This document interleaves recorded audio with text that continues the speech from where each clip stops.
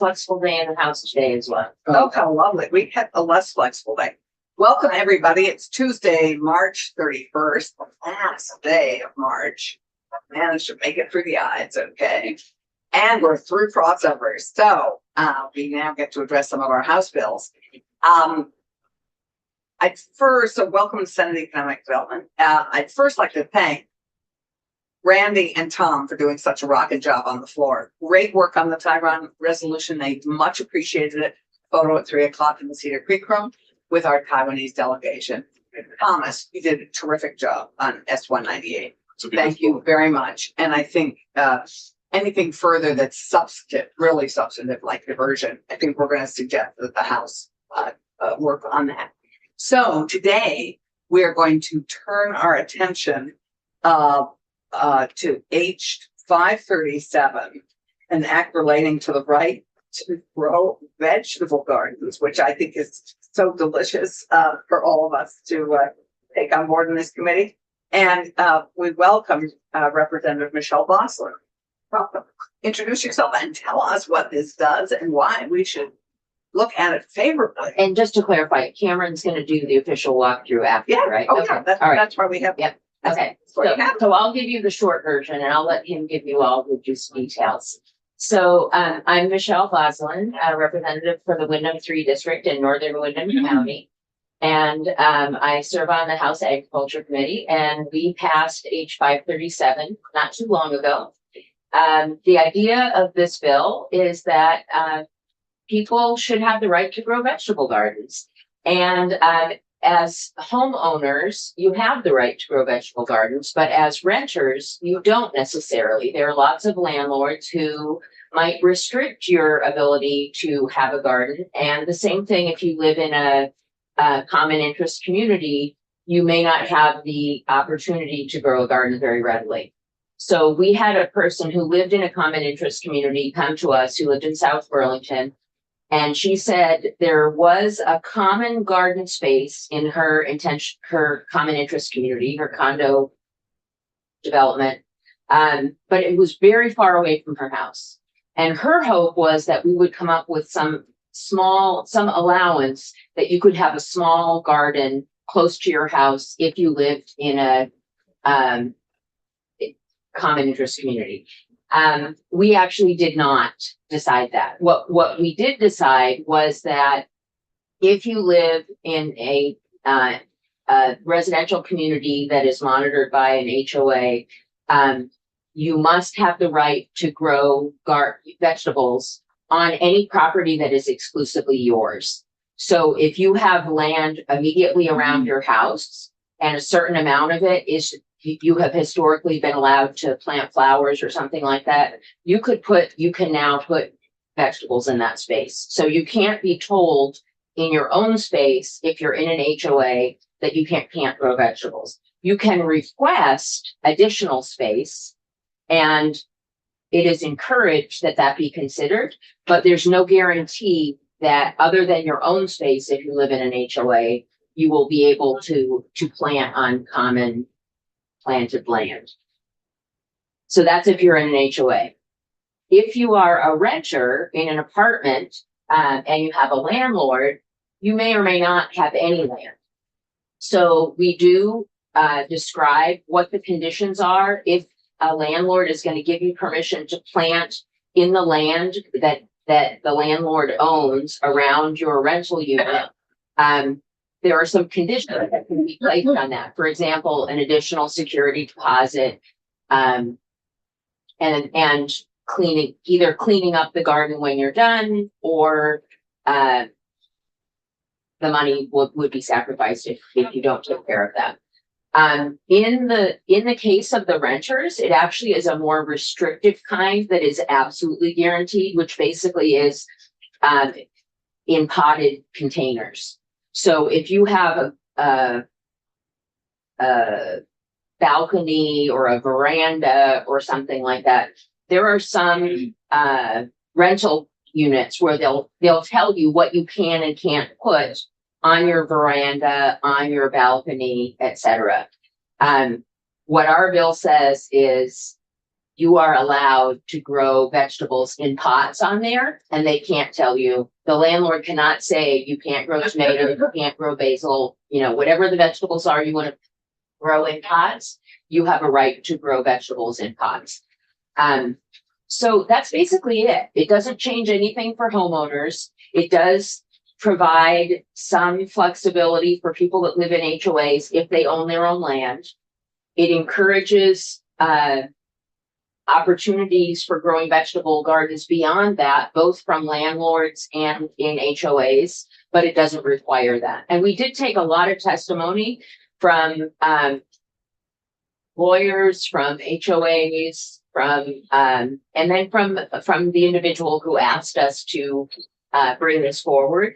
And this didn't go as far as she wanted, but in the end, I think we did end up providing one that the renters and the landlords and the HOAs were contented with, and it does expand people's opportunity to grow their own vegetables on a limited basis beyond what is available right now. Which is great.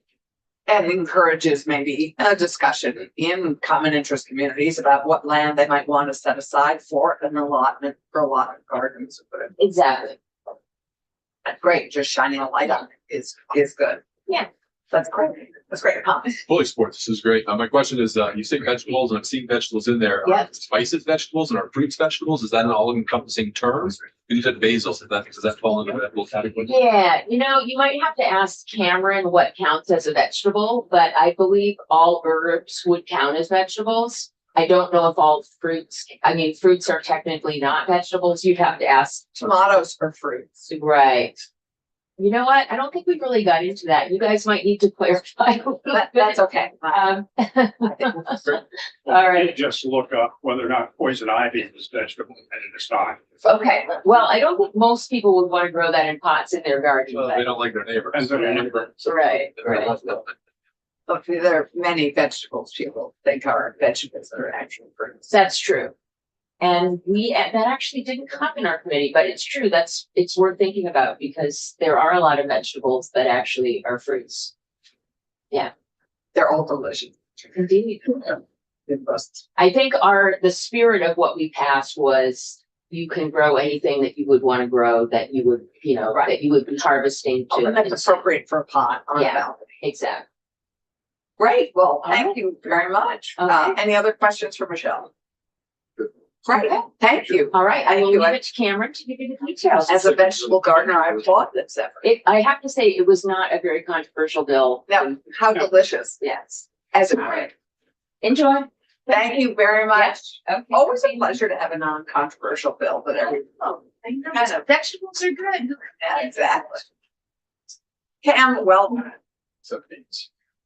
except what? Beets, right? So they're talking. God, I love beets. Beets and spinach. Just two. How did that ever come up? The beets. Raised it, yeah. Oh, did you raise it? That With was. exception barring it all. Oh, right. Come. Okay, Cam, welcome. For the record, Cameron Wood, Office of Legislative Counsel, Then we have this bill on our desks. ready to sink our teeth into 537. Sure. Okay, so And as, our hands into the soil. that's right, that's right. As was mentioned, there's really kind of two parts to this bill. One of them addressing common interest communities and the second portion addressing circumstances for, renters in the landlord-tenant relationship. We've, talked at least briefly about common interest communities in the committee. I know that you all wanted to spend a little more time in it with your bill, which is where we landed with the study. So you I can don't add think- this to your study. Good. I don't think I mean, there not our aren't. bill. Yes, ma'am. Right. There aren't as many legal issues, in this regard. However, just keep in mind as you're thinking about this, a few things that are relevant to the discussion. Do you want to make this retroactive? What entities do you want to apply it to? There are, as you've heard testimony, many different types of common interest communities, depending on the circumstances of the location and how they were created with the declaration, et cetera. So just with that, jumping into section 1, This is requiring that the provisions of the section related to the right to grow vegetables would be applicable retroactively to all common interest communities that contain 12 or more units that may be used for residential purposes. That's there on lines 17 and 18. Why is it limited to that number? So they did do retroactive. They did do retroactive, but here's what I'm discovering as I've been reviewing this. As I mentioned before, you have the Condominium Ownership Act that applies to a condominium that was created before 1999. In January 1 of 1999, you all enacted the Uniform Common Interest Ownership Act. There's a section in there that says that the title applies to all common interest communities with 12 or more. Later on, you added another sentence that says amendments to the title apply to all common interest communities with 12 or more units that were created after 2011. Right, I remember those are the two. Right, implying that there's two checkpoints. There's, if you create an amendment to the title, it would apply to everything created post 2011. So you need to make it apply to things pre 2011. And then when you look at that, it says that amendments to the title apply to things post 2011 if they have 12 or more units. Why 12? I don't know. So that was. I don't, great. But it may not have been arbitrary. I just, clearly I was not here in 2011. I guess it's not. Oh, clear. that was Maybe I stipulated could have in been the 2011. 99, 2011. To be clear, I was not here in 2011. We know. And so I'm not sure why that number was chosen, but it's in here to simply be consistent with what's already in the statutory section. So if you're just asking why 12, that's why. It's in the statutory section, so I'm being consistent with that. So this amendment would apply to all common interest communities that contain 12 or more units. Simplest way to describe it. Section 2, next page, page 2, vegetable garden. It has a definition.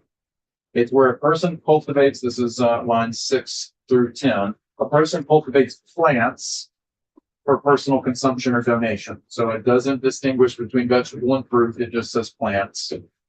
So I would argue both of them would be considered there just on a plain language reading. And the land and the activities are not subject to the required agricultural practices. This came to me initially as the drafting request. I was trying to figure out how to define this, and I was looking at what some other states have passed. There are a few other states that have some similar types of provisions. And so I took the baseline from, I think it was Florida, but I'd want to go back and double check.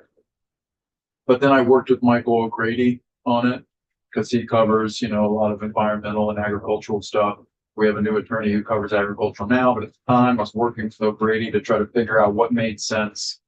He recommended including the language that the activities are not subject to the required agricultural practices. So we're not talking about some sort of mass agriculture here, right?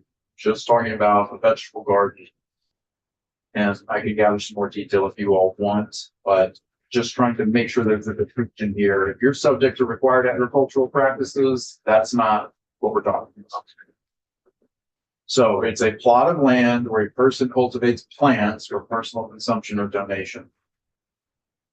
And then we get into sub B. This has just standard language that you've seen as it relates to some of these types of bills. The key language is that the HOA cannot, this is starting on lines 15, effectively prohibit or unreasonably restrict the installation or use of a vegetable garden in the areas designated for exclusive use of the unit owner.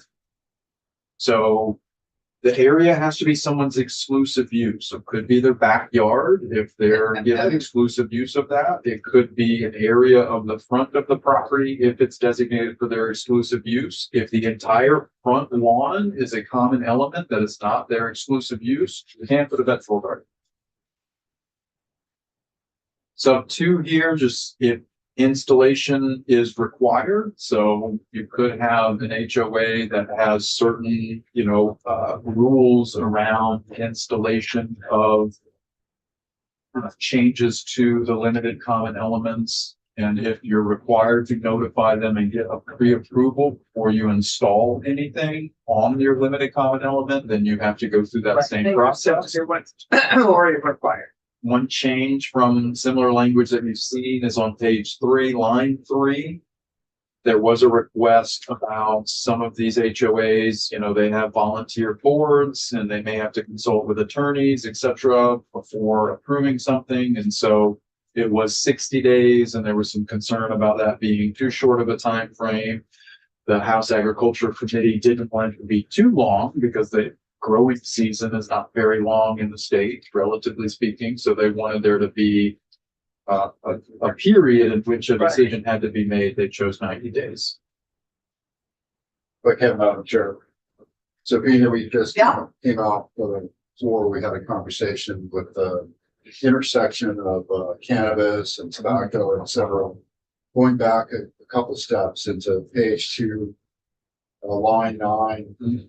Curious if you can illustrate some of the tension that might have been in the House Committee on the cultivation of cannabis, right now that it's legal and et cetera, just to kind of like, not gloss right over that, but Thank you, sir, for bringing it up. I did not gloss over it intentionally, and so thank you for bringing me back to that. I did specifically draft it up to say that it does not include the cultivation of cannabis or any unlawful crops or substances.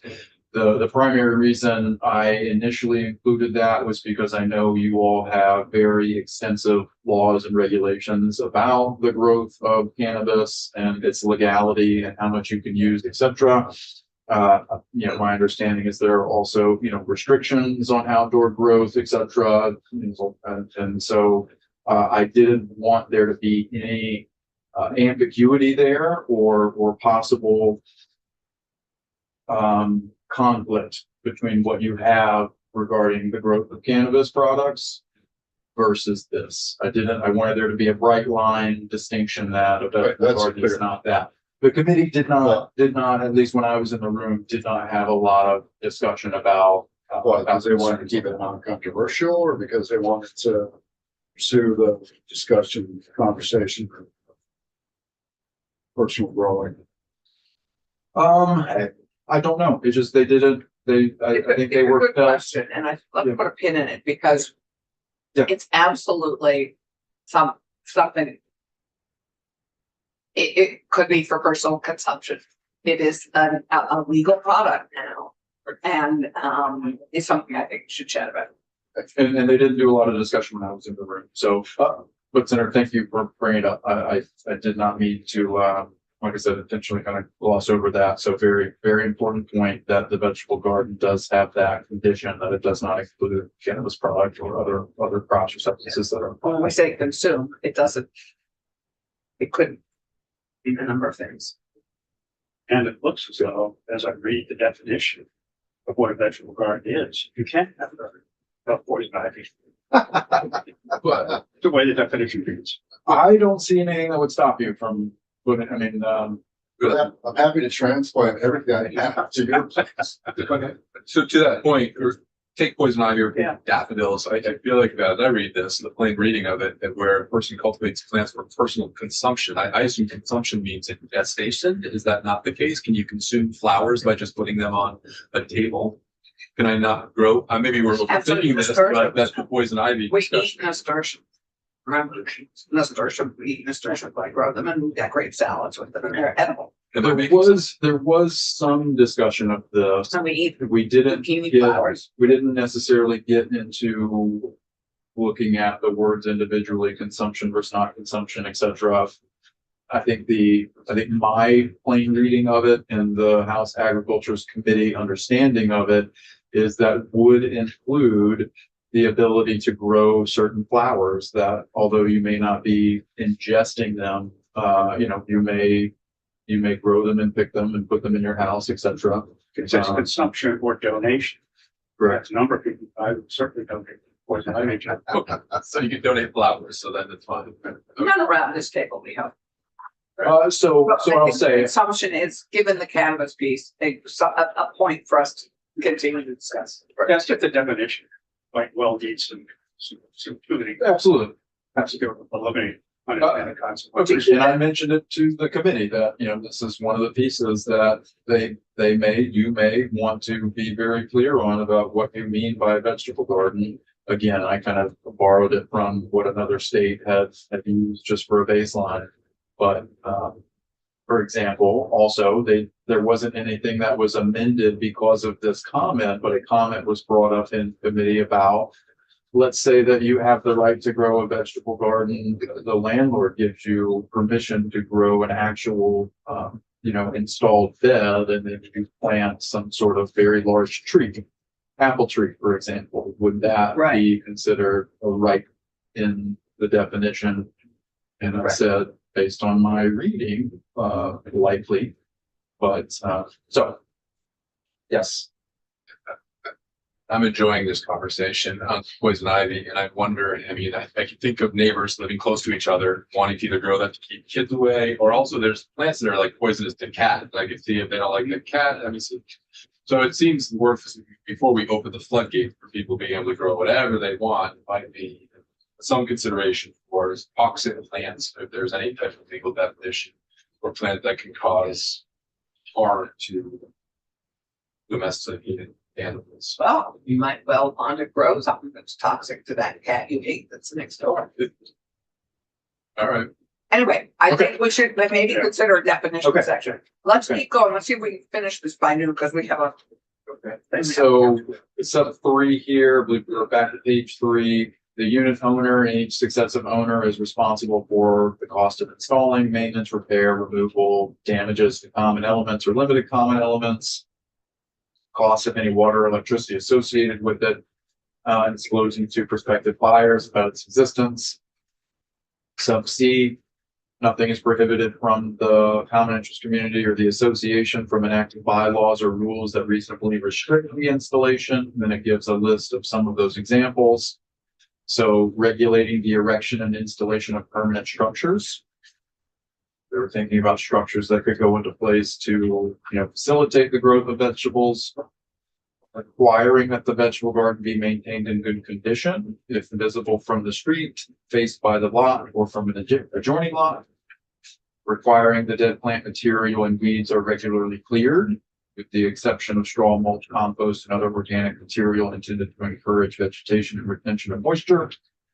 Restricting the use of property owned in common and not for the exclusive use of a unit owner. So actually going to go into the example that was brought up earlier. Just because you want a vegetable garden closer to your location doesn't mean you can just plop one out in the front of your lawn if that lawn is not reserved for your exclusive use. And lastly, on 5, prohibiting the use of pesticides as that term is defined, and any other synthetic chemical product commonly used in the growing of plant crops. So those are reasonable restrictions that an HOA association could put on the vegetable garden itself. David? Would that include fertilizers? No, it's fertilizers are not pesticides, I don't believe. But we Any should look at the other definition of them, but it does include Commonly neonicotinoids. used in growing plants. So I think, I would look at it to determine whether or not it's a synthetic chemical product or if it's organic material. Yeah, it's organic fertilizer. It's probably not for. The association can provide a written notice if there's a violation of the bylaws or the rules adopted, give the unit owner not less than 10 days to correct. The association may take steps to correct the violation after 10 days, and then the association may charge those costs back to the unit owner. So that's the common interest ownership piece. The rest of it is related to landlord tenant. So this would go in Title IX, new section under the residential rental agreement chapter that we've all been walking through. Same definition. What's primarily different is the landlord has to allow the tenant to grow a vegetable garden in portable containers that are approved by the landlord. Separately, the landlord may authorize the tenant to install a vegetable garden on the rental property. So the thought here being that, rental properties on the gamut of, whether or not there's actually any land available to have a vegetable, like a raised bed or something of that nature. So You can do it on portable containers. That's a shall.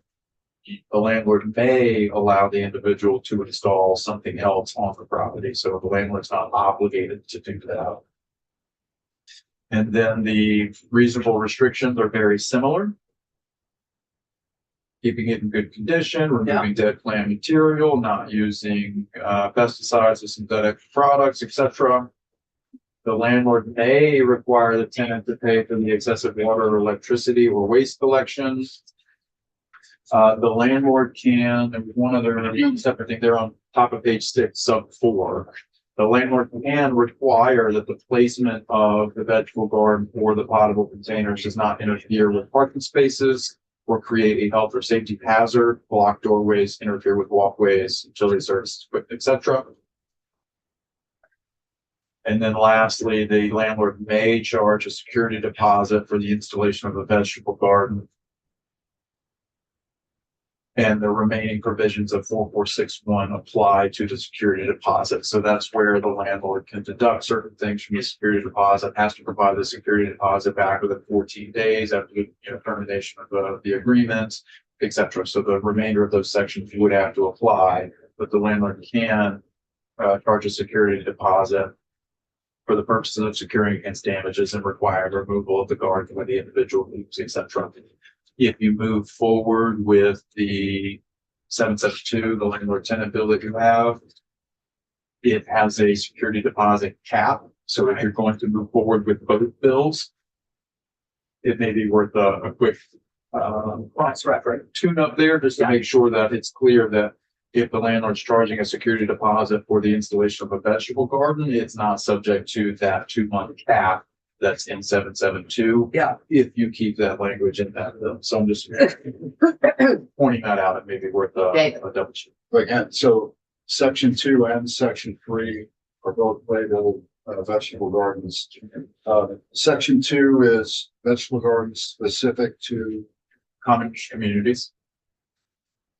And then section 3 is specific to renters. Yes, sir. Is specific to what? Renters, the Right, this landlord is for tenant renters. relationship. Right.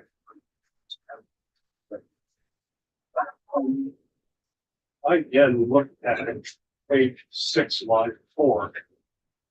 Prohibiting the use of pesticides or any other synthetic chemical product commonly used in growing plant products.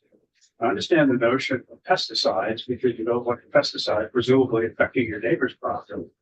But on one hand, people use pesticides in small gardens all over, and should there be an absolute prohibition on it, or should the prohibition be in effect prohibiting pesticides that are so strong or pervasive that they affect the neighbor's property?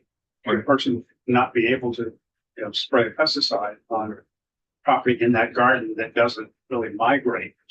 I don't know how you measure how they migrate. So that's just a question. Again, a great question, and one that it was a concern of mine as I was drafting it, because it is way outside of my area of expertise in any sense. And so the thought being that just providing the common interest community itself or the landlord, because it's the landlord's property, the ability to regulate them.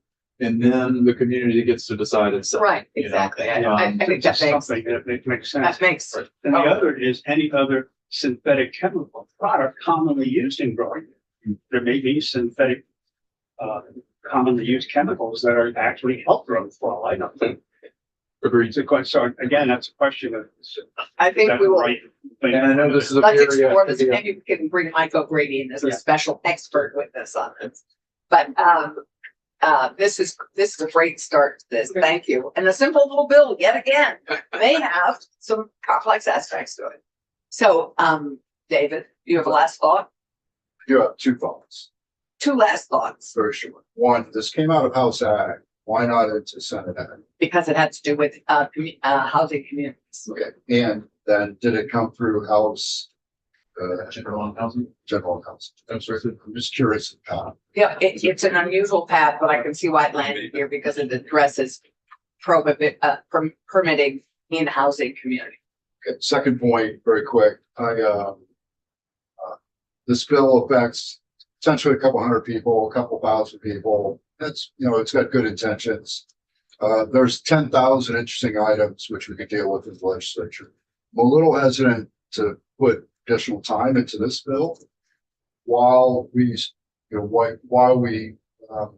maybe dilute our attention towards economic development issues for the entire state, which affects everybody in the state. I don't disagree.